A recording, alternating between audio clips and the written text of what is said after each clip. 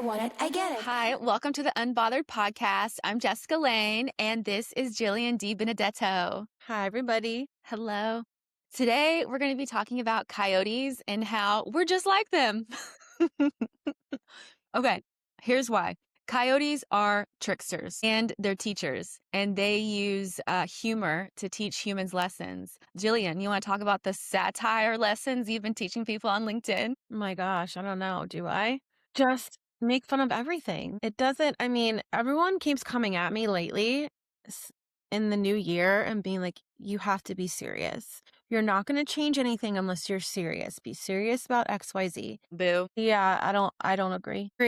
Unsubscribe. Okay. Here's another reason why I want to talk about coyotes. They turn chaos into valuable lessons. And sometimes, like, the harder the fall, the greater the wisdom that is gained from that. Yeah. Here's an example. I have a familiar who was a dog. She's been a dog in past lives. She was a dog in this life. Her name's Susie. And Susie is a coyote spirit, a coyote energy. And coyotes are not afraid to fight. They don't mind. And right now, Susie's energy is whooping somebody's ass in the astral realm. I love that. But here's an interesting thing about coyotes. They have trickster energy. So when I say trickster energy, I'm talking about good trouble. I'm talking about hexing. Like, this is all, it's very on brand. Let me pull up some notes that I wrote because I woke up at 2:30. And so I'm not feeling super sharp today. Okay, coyotes are catalysts for change. That's also very on brand for us. Mm-hmm. And they have ancient wisdom. They're teaching lessons. Like, they're here to help humans learn.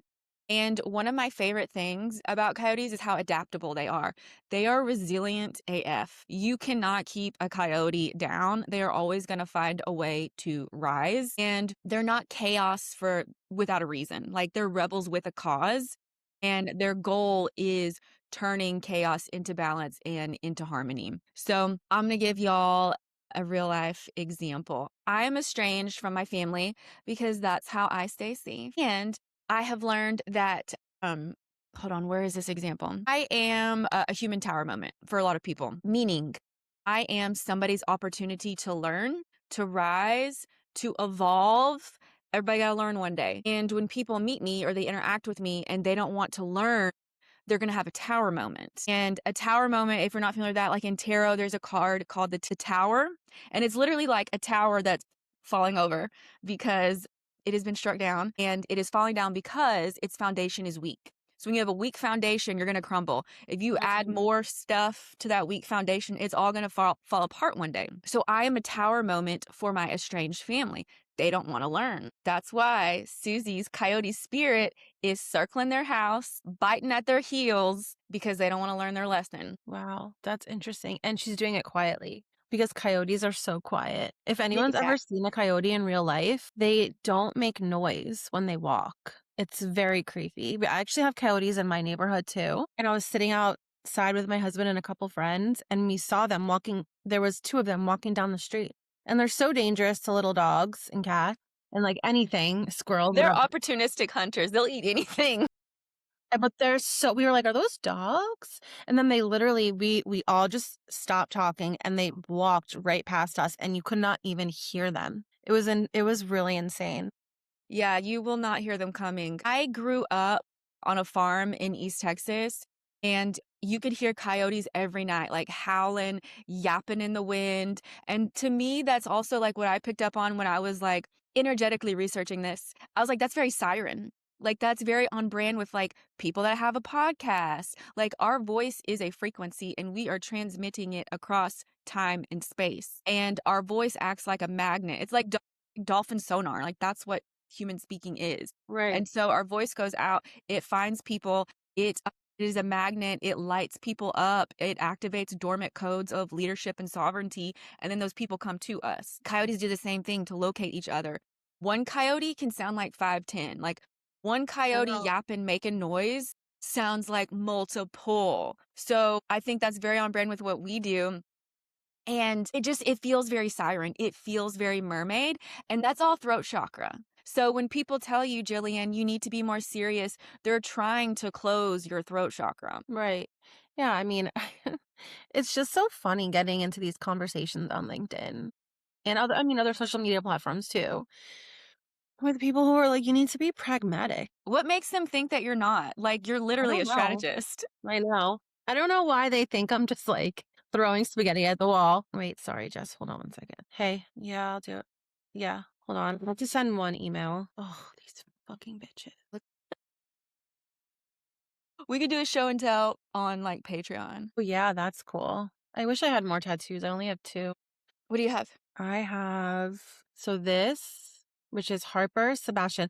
Ooh, wanna hear a funny story about this? Yeah? HS was my dad's initials, Howard Schoen, and I always wanted to get his initials. And then it's also Howard Shelley. Shelley is my mom's name. This one needs to be touched up. It's fading. And then Harper is obviously named after my dad, but we didn't name Sebastian after really anybody. And it just like when I went to get this, I was like, holy shit, these are my dad's initials. And it's just like, how serendipitous is that? Yes, it's like we do things sometimes and then we see like the deeper meaning later, which I love. Like I've always loved poppies, like red poppies. I could stare at them forever and it just like hypnotizes me and I'm just like how much time went by. I think they're so pretty and I have several poppy tattoos and then I learned through channeling my spirit guides, they're like poppies are the your soul's sigil. And so a sigil is like a protection, a protective like drawing. That's what a sigil is. And so I was like, "Oh my gosh." So like these tattoos are protective. Right. Yeah. Wow, that's so crazy. Yeah, and then I have one on my foot that says "This too shall pass" on like the outside of my foot right there. How Christian of you. Why is the foot a Christian thing? No, that quote just I feel This like too I've shall heard. pass. It's a very Jewish thing too. Well, it's probably like First Testament. Well, yeah, I feel like Christians, they stole everything. I wanted to talk more about coyotes because I saw 2 in my neighborhood the day after the most recent full moon. So we had a full moon January 3rd, and it was a full moon in Cancer. And I'm a Cancer sun and rising. So I'm like, that's like my full moon. And the veil was really thin. And I was going for a walk in my neighborhood really early in the morning. And I was walking over a bridge. It's the same bridge I walk over every day. And there's a creek and then there's an opening where there's some woods and I could hear some like animals stepping on leaves and I looked up and it was a coyote and it was huge and I was like, oh my god, like I have been going on the same walk in my neighborhood for like 6 years. I have never ever seen a coyote, Where but they you live in migrate. is it a foresty area? Yes, because my neighborhood backs up to a creek and, some train tracks, and so there there's a lot there yes, and then I saw a second one, and immediately I knew, I was like, "That's Susie and Chloe, my animal familiar spirits." Even though Chloe's a dragon, but I was like, "Susie's definitely a coyote." And their spirits, Susie and Chloe's spirits, as soon as I saw those coyotes, they will not leave me alone. I made, Mm. like, a 20-minute YouTube video just on coyotes because as I was going to make a different video that day, and Susie and Chloe were like, "No, it's our time." And so I wanna talk about, like, how adaptable they are. Like, we left the 9 to 5. We became entrepreneurs. Like, if you put a coyote in a difficult situation, they are going to find a creative way to get out of it. Figure outers. They're figure outers. That's what I like to call myself and other people like me, like, we're figure outers. If there's a and you know what? Speaking of this, don't you think a company would want a figure outer on their team and not just an order taker? Because those are 2 completely different types of people.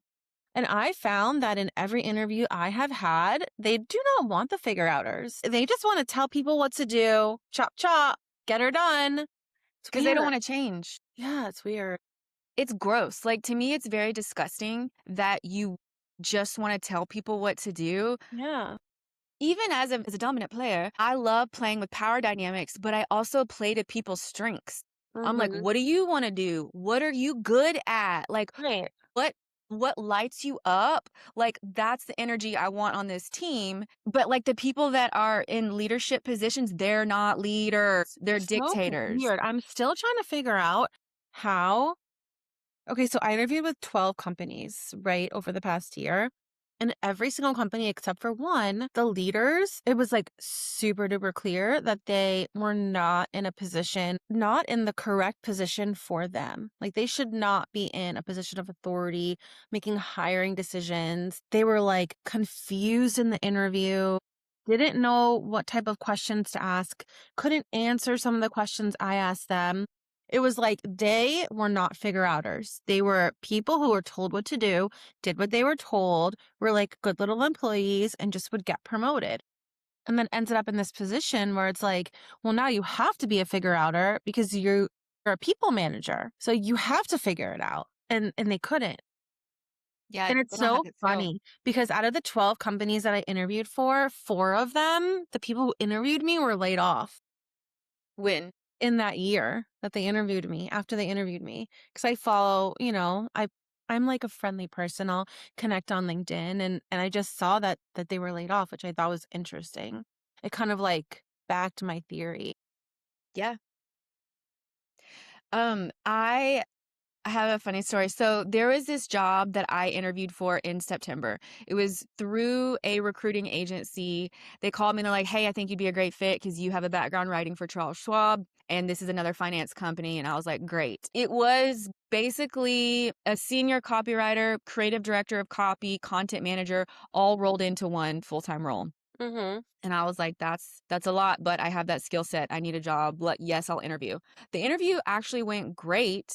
And then like a week later, the recruiter called me and she was like, I could tell she sighed as soon as she Yeah. the phone. I said, "Girl, I can already tell this is not good news." She's like, "I know, I'm sorry."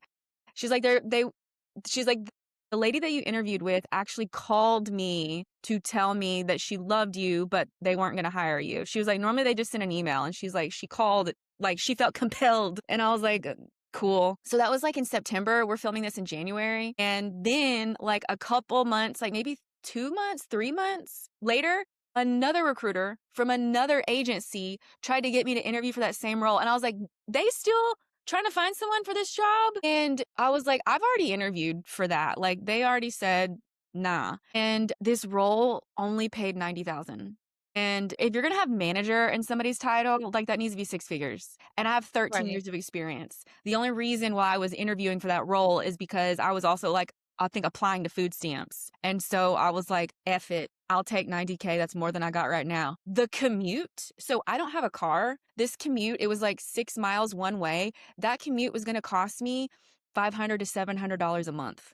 Ubering to work because you can't take a bus out there. You can't ride your bike out there. Like that's a Uber commute. Yeah, And that's it was smart. in office 4 days a week and for 90K. And I was like, y'all are nuts for a finance company. Like, do you not have money? Mhm. And then literally yesterday, so they've been looking for someone for this position since like at least September. Yesterday, January 6th, I get an email from another recruiter. Hey, do you want to interview for this job? And now they've made it even worse where it's not even, they're calling it contract. Like they couldn't find anyone that would want to take it full time. So it's still the same commute. It's still the same job, but it's contract, so no Oh my benefits. god. Okay, so I have a story too. This is why, so companies who complain that they can't find good talent, It's their this own is fault. this is why. Yeah.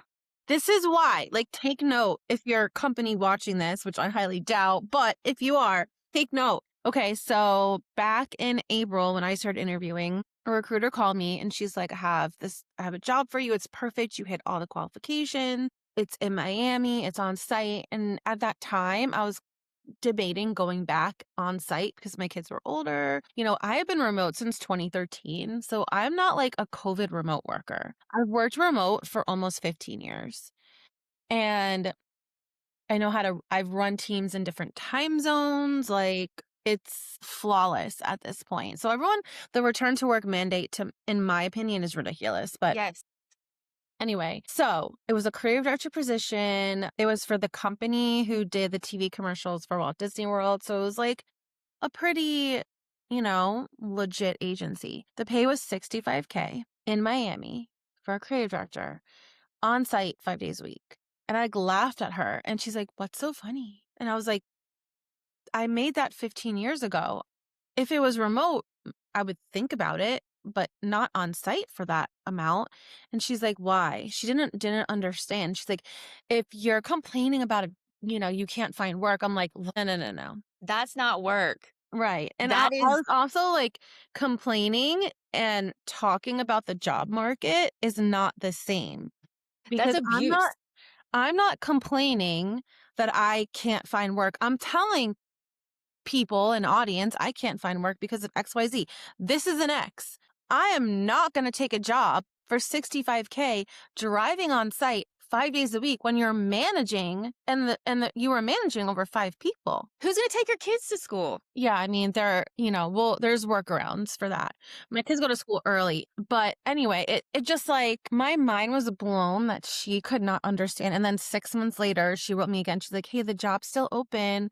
I bet. If you're still looking." And I was like, "If you're wondering why you haven't been able to find somebody for this job, It's the this is salary. why. Yeah, like Nobody's 60. gonna take this." They never found someone, by the way. No, I bet not. 65K is an entry-level salary in the year of 2026 where eggs cost $84 million.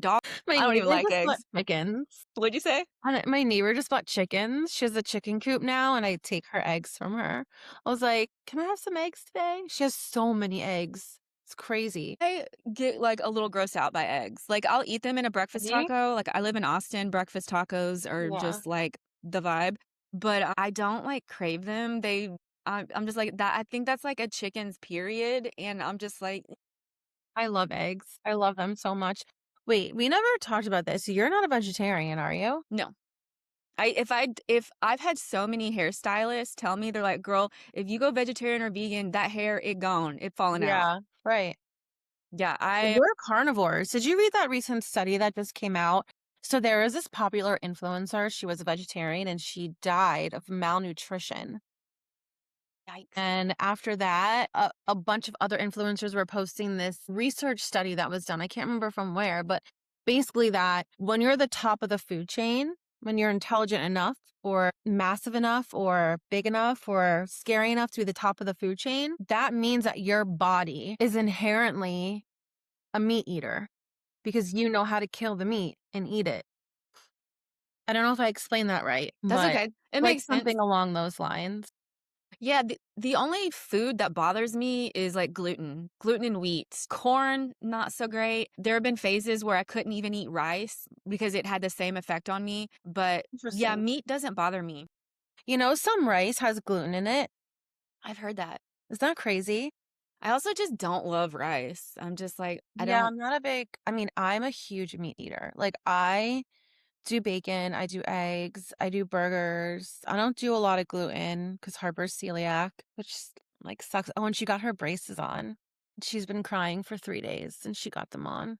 Bless her heart. That's She's so like, "Little sad. bitch." I had braces. So me and my twin got braces at the same time. We were in 7th grade. We were like 13. And then I got mine off in 8th grade. Like my teeth were just like, we're good here. We don't need them. And then my twin had to wear her braces into high school and I Oh my god. didn't. And that's how everyone could tell us apart is they're like, oh, the one with braces. You guys are you identical? We're not identical, but we do look a lot alike. I started cutting my hair short, I guess, when I was like 16, and by the time I was 18, it was early 2000s. I had a pixie. I had pixies all through college. So and she kept her hair long. So that's how people could tell us apart is I had short hair, she had long hair. But my hair didn't I didn't get long hair until the pandemic. I had like a bob. And then when the pandemic hit and all the salons closed, I was like, I guess I can't get my hair cut. And then all of a sudden I was like, I love long hair. This is great. And now I don't ever want to get rid of it. Yeah, my hair's super long too. I've always had long hair. Actually, I cut my hair after I had Harper because it started falling out really bad. I see that happen a lot. Yeah. And so I cut it super short. And it was fine. I don't know. I Thinking back. have nightmares sometimes where I get my hair cut short and I like have a panic attack and I wake up and I'm just like, Do you ever have nightmares that your teeth fall out? yes, only when yeah, and it happens when I'm extremely stressed out in real life. Yeah. Yeah, same. We should have that dream guy come on.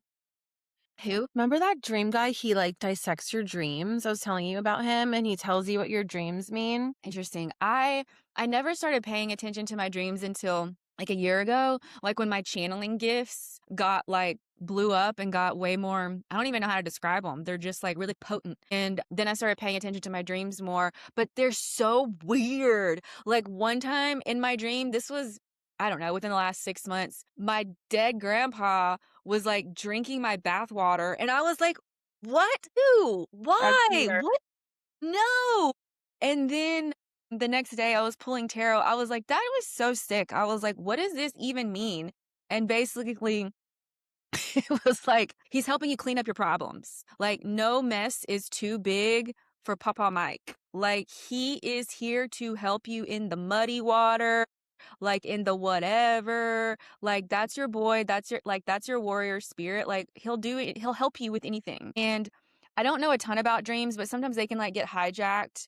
And like there are dream demons. So sometimes I'm like, was that a dream demon like slipping in and being Oh, weird?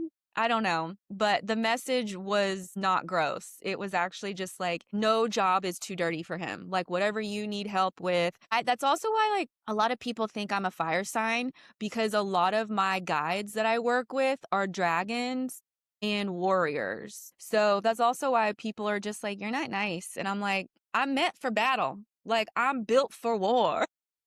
that's so funny. People say that to me too. You're not nice. I'm like, okay, but there's a difference between nice and kind.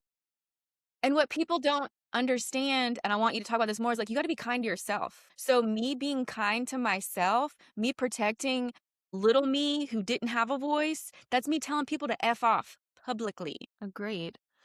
Yeah, I tell my kids, and I feel like I learned this really recently, is like, you don't have to be nice to everyone. If someone's not nice to you, do not be nice back to them. But you still have to be kind. You still have to have your morals, have your values. Don't do anything inherently mean that's Yeah, gonna like hurt a lot of people. I don't start fights, but I will finish them. Yeah, I will same. end it.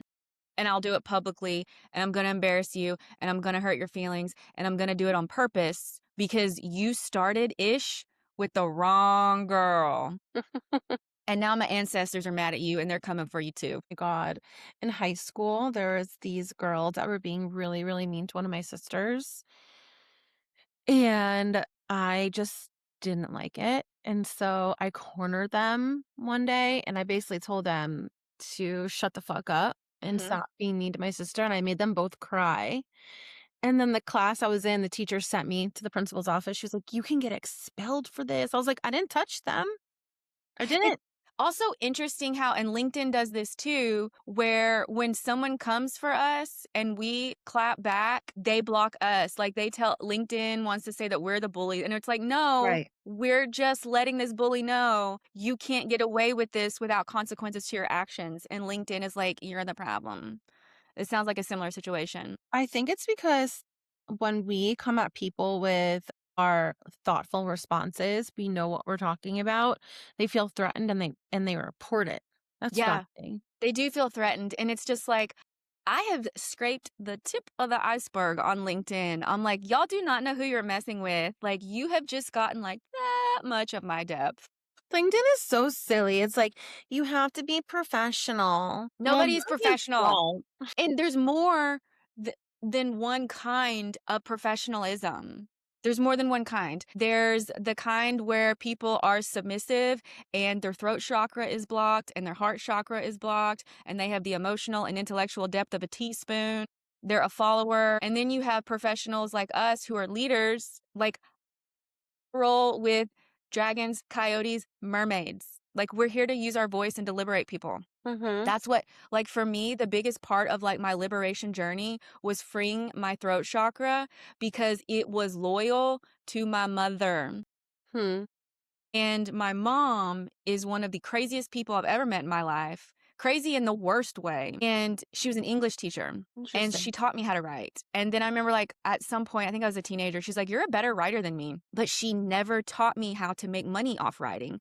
She told me, she was like, you can't say that. I'm like, why didn't you teach me how to do this and then tell me I can't do this? Right. Because my mom is a Karen in the worst way. And she was just like, that you can't talk like that. You can't do this. And I was like, watch me. Hmm. And then she would just be like, well, you can't leave the house. Like she was constantly like putting me in little boxes and Mhm. making me small and making me shrink until it got to the point where even when I moved out of their home, I was conditioned to do that to myself. And so when I started speaking up publicly, and calling her out by her whole government name about what she did, now she's scared of me in like a new way. It's like, oh, y'all, my parents thought they were afraid of young baby Jess. They don't know 41-year-old Jess. Like, they are so scared of me right now. And I'm like, good, good.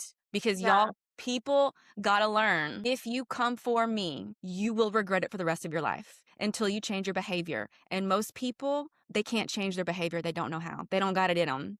But us coyote queens over here, all we know is change. That reminds me of like this creative director who I worked with a few years ago, where his whole thing was like, I want to teach you how to be better. Like I'm your teacher. But then you become better, not necessarily than your teacher, but you become better. And then the teacher's like, no, you can't do that. Like they don't want you to supersede them. So they're trying to keep you down. But I've it's like, we're here experienced, to rise. yeah, We're here to rise. that's It is. And those people are pretty miserable because if you're afraid to rise, if you're afraid to grow and evolve, that is a pattern and a theme throughout your entire life. That yeah. lack, ooh, I can pick up on that lack so far away. And I'm like, you can't be in my life. I'm constantly picking up on patterns, the way people speak, the words that they use, how they speak about themselves. When I pick up on that lack, I'm like, ew. You can't be in my life. You're not, no, you ain't got nothing for me. Like, I will never talk down on myself ever again because when people did that to me when I was younger, they taught me to do it to myself. That stunted my growth in every aspect of my life. So I Mhm. am constantly speaking blessings over my body, over the water that I drink all Right. day, every day. So I've also trained my brain to learn when I do that, it equals a good outcome. So when somebody comes at me with some nonsense, my brain is like, ew, you can't be here. Mhm. Yeah, it's so interesting. It's like, I don't know. And I'm not seeing a shift. I'm not seeing anything really changing in people's behavior yet anyway. Yeah, like they've shown us over and over, for some of them decades, our whole lives, that they will not change. And that's why I'm such a big advocate for removing people's access to you permanently. Because when someone shows you who they are, believe them Yeah.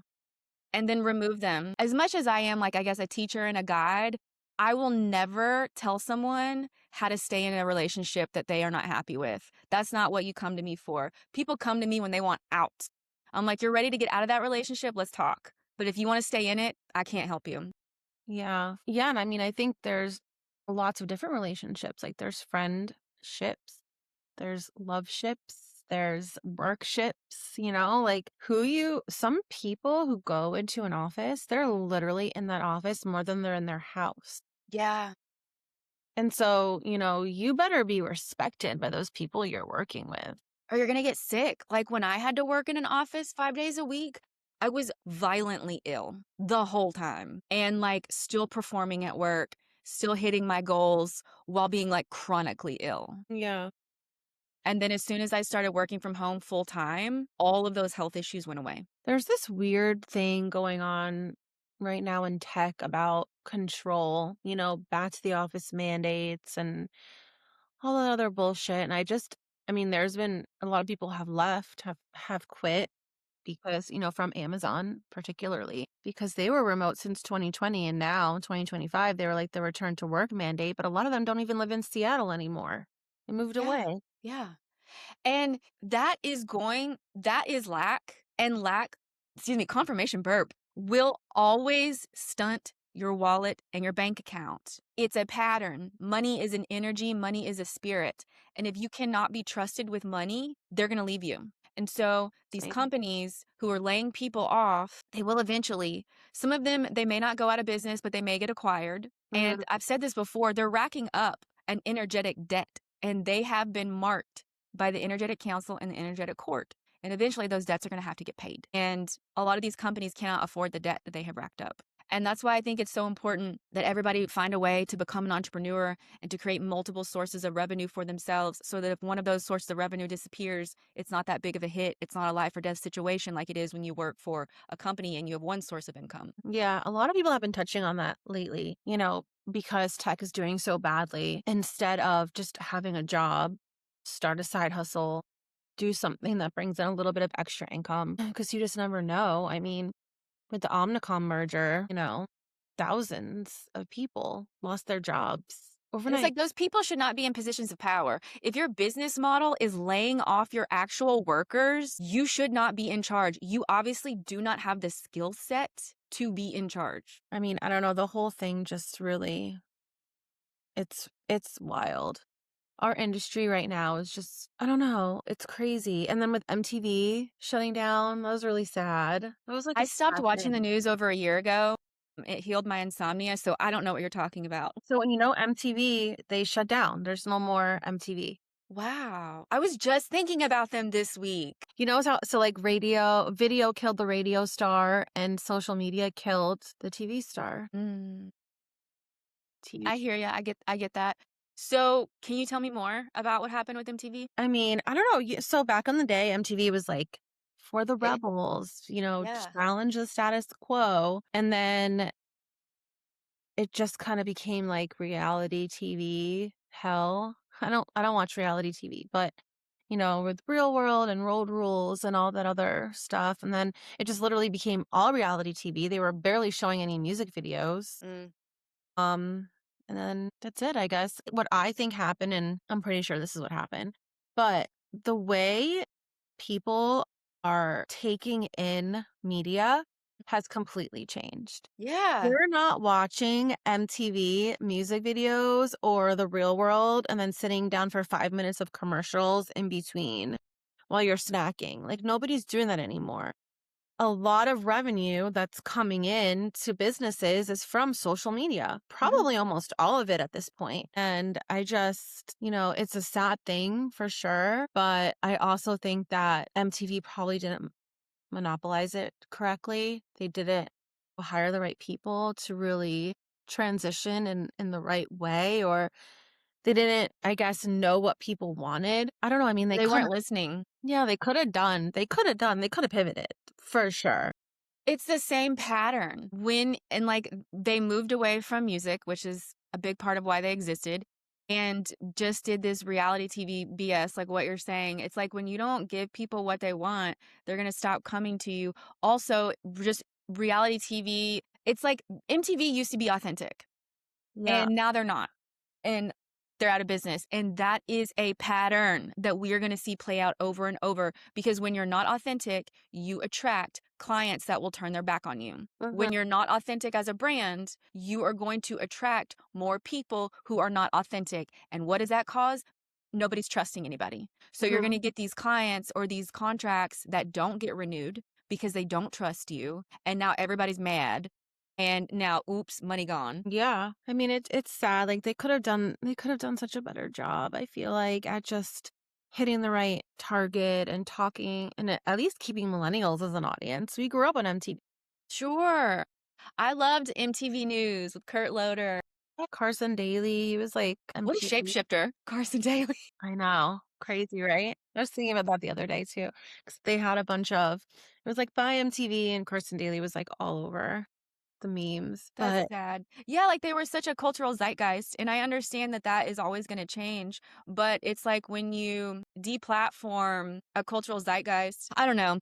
I obviously didn't know about this until just now, and I'm just like looking at all the patterns that I see. Like their throat chakra got shut down. yeah, it's true. But yeah, I look forward to watching all of these companies crumble and fall apart in the public eye. It's like that's what you deserve. I also do a lot of hexes on back pay and reparations for oppressed groups of people. And I am working with that energy, and my hexes are creating bigger, better tower moments. Wow, I love that. That's Me too. definitely really important for sure. Interesting. That's a good place to end it. Yeah, I think so. Well, RIP MTV.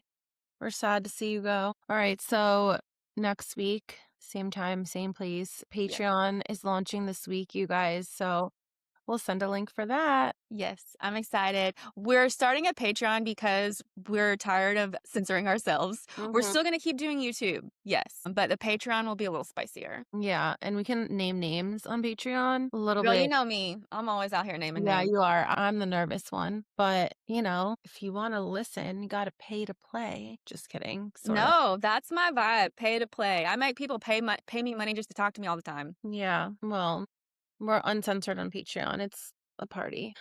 All right, guys, see you next week. Bye, Janelle. Don't spoil it. Don't spoil it's undeniable. I see it, I want it, I get it.